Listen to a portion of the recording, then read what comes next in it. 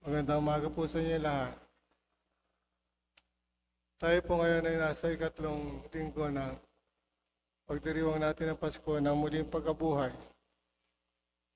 At kung atin pong pinakinggan mabuti ang mga pagbasa, makita natin na ang Ebanghelyo ay naglalarawan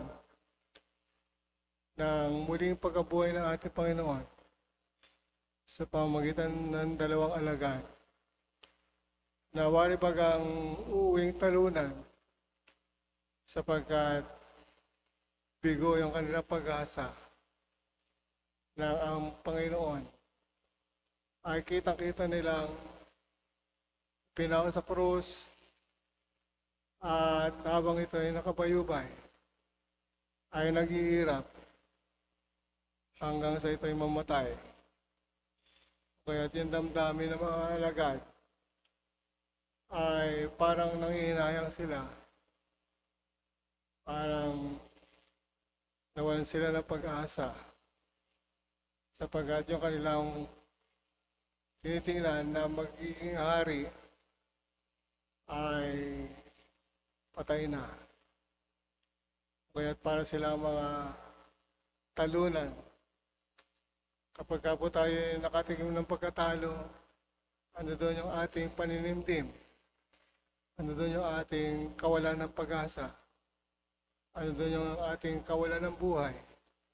At sigla sapagkat tayo talo sa ating mga paniniwala.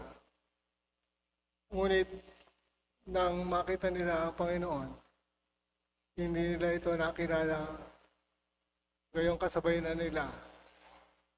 Si Jesus ay sumabay sa kanila. At sila ay magkasama-sama nagkwentuhan. Ang kanilang pinag-uusapan ay si Jesus na taga Nazaret. Pero yung Jesus na buhay at kasama lang naglalakbay ay hindi nila tunay na nakilala. Mga kapatid, sa buhay po natin, paano natin makikilala ang Diyos habang tayo naglalakbay sa mundong ibabaw? Siguro po sinasabi nga, kapag malinis ang ating puso, makikita natin at makikilala natin ang Diyos sa ating pamumuhay, sa ating kapwa. Pagamat tayo ay dumadaan sa mga pagsubok, dumadaan sa mga hirap, dumadaan sa mga bagay na hindi natin naintindihan at hindi natin naunawaan, ay dapat lamang nating gamitin ang ating puso upang makilala natin ang Diyos na nagkatawang tao, ang Diyos na nakatikim ng paghihirap at kamatayan. Ngunit ang Diyos din ay nagbigay ng buhay at muling pagkabuhay. Kung kaya't sa ating paglalakbay, maaaring kasama natin siya sa ating opisina, sa ating eskwelahan, sa ating mga tahanan, sa ating mga lansangan, sa mga bagay na ating pinupuntahan. Nakakasama natin ang Panginoon na muling nabuhay. Pero hindi natin siya nakikilala sapagkat marahil marumi pa yung ating puso. Kung kaya ito yung mga panahon para linisin natin ang ating puso upang makilala natin at makita ang Panginoon na muling nabuhay. Sa parte ng mga alagad, nakita nila ang Panginoon nang ito'y maghati natin ng tinapay at makasalo nila sa banal na paghahandog ng pagkain.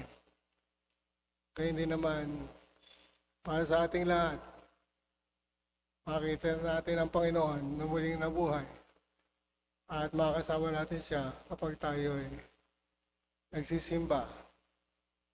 Sa ating pagsisimba, makikinig tayo sa kanyang salita sa ating pagtanggap ng banal na komunyon.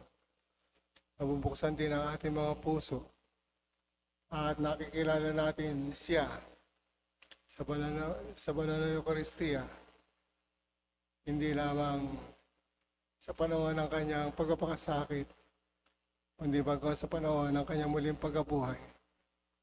Kung kaya dito po yung maaari natin tingnan sa ating sarili at tanungin, gaano kalinis ang ating mga puso upang makita natin ang Panginoon na muling nabuhay. Kaya't meron tayong panahon para maglinis, humingi ng tawad sa ating mga kasalanan at maglakbay ng diretso at mayroong pagtitiwala sa Panginoon.